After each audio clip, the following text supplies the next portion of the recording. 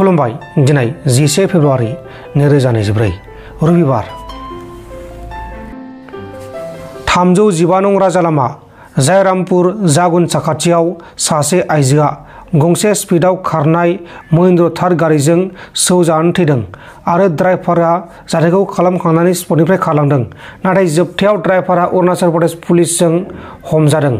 थैनाय आइजोनि मुङा जाबाय मीना पुन 45 बोसोर बैसोनि आरो गारि बिगोमानि मुङा जाबाय बीरेन बरा।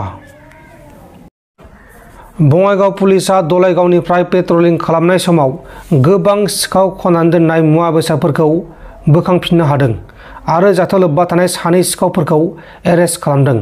सिखाव खना दोननाय गंब्रै सिलिन्डार गेस सिलिन्डार, गं 27 मटर दै मटर आरो थर 6 बेटारिफोरबो बोखांनो हादों। हमजानाय सानै सिखावफोरनि मुङा जाबाय लुब बर' आरो रहमत आली।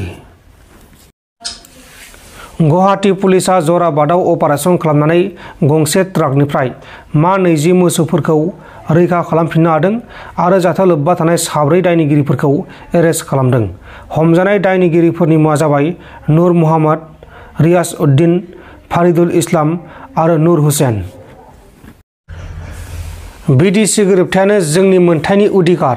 बिटिआर गोरोबथाजों रायजोफोरखौ मिसलिडिं खालामदों। बिटिआर गोरोबथाजों जेबो मोनाखै। बिटिआर गोरोबथाजों बिटिसि गोरोबथानि मोनखानाय पावारखौ लांफिनजोबदों आरो बेखौ रायजोफोरा बुजिजोब्बाय होननानै एमसिएलए मुनमुन ब्रह्मआ बुंदों। जोंनि मोनथायफोरखौ जों मोनगिबिनो हादों। पलिटिकल, सामाजिक, अर्थनैतिक बिसेसके जोङो इन्डिपेन्डेन्ट भाबै जोङो फोलेरनो हादों। दा बे दिनखौ जोङो बिटिसि बासि हिसाबै मोनफ्रोमबो खनायाव जोङो फालिगासिनो दं। जोंनि पर्बत जरायावबो जोङो फालिदों। आनफर्चुनेटलि जवा 2 बोसोरनिफ्राय जोंनि बिटिसि हालामानि रायजो राजाखौ मिसलिडिं खालामनाय जाहैदों। बिटिआर एकर्ड होननानै जोंनि बिटिसि सांबिधानिक भाबै जोंहा जि मोनथाय दङ, मोनथाय मोनदों, बेखौ साबदेस खालामनो माखासे पलिटिकेल माखासे एजेन्टफ्रा सेस्था खालामदों। नाथाय बियो फेइलार। दिनैनि दिनाव रायजोफ्रा थारैनो बुजि मोनफिनबाय जे बिटिसि 2003 नि बिटिसि एकर्डआसो जोंनि मोनथायनि अधिकार होनाय मोनसे सांबिधानिक भाबै अधिकार होनाय मोनसे एकर्ड। दा बेखौ नंखायनो लैहोर लैहोर मोनफ्रोमबो जायगायाव मोनफ्रोमबो खना खनला रायजो राजाफ्रा लैहोर लैहोर हेफाजाब लानानै बिटिसि एकर्डखौ पालन खालामदों। 2003 आव जों जे शक्ति जों मोनदोंमोन, जे गोहो जों मोनदोंमोन, बे गोहोखौ दिमिन खालामनोसो बिटिआर सुक्तिनि माखासे आयदाफ्रा जादों बा बिटिआर सुक्तिया जोंनि बिटिसि सुक्तिखौ दिमिन खालामनायनि माखासे गुदुं दोनदों।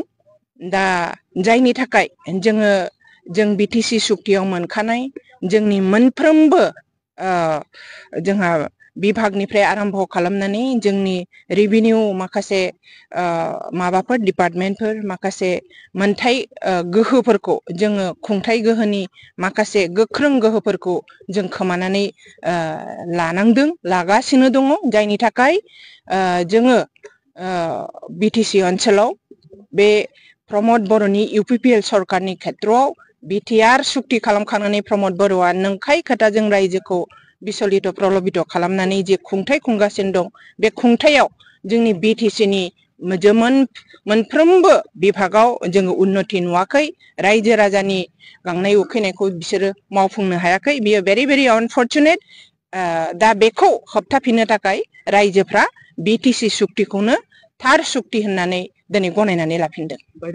बिटिसिआव जेबो सान्ति जायाखै, उन्नति जायागौ मानि सान्ति जाया। गतिके बयनिख्रुइ देरसिना जाहैबाय बे सुक्तिनि मुल जे बिसय जानांगौमोन। जोंहा 34 इयार्स जायफोरा हाग्रायाव थानानै बिटिसिखौ आरोबाव साबसिन गोहो होनो थाखाय जायफोर हास्थायदोंमोन, जायफोर दैदेनगिरिनि नेतृत्वआव खामानि रायजो राजाफ्रा सांग्रां जानानै हेफाजाब होबोगासिनो दंमोन। बे दैदेनगिरिफोरखौ दिनैसिमबो जोबथेसालियाव दङआ प्रमद बर' UPPL सरकारनि पलिटिकेल फेलियर होननानै जों सानो। नोंथांमोन दिननि खौरांफोरा बेखिनिल'मोन। बेखिनिसिम नायनायनि थाखाय नोंथांमोननिसिम रोजा रोजा साबायखर। गोजोन्थों। एसेनोसै। जय बर' हारिनि।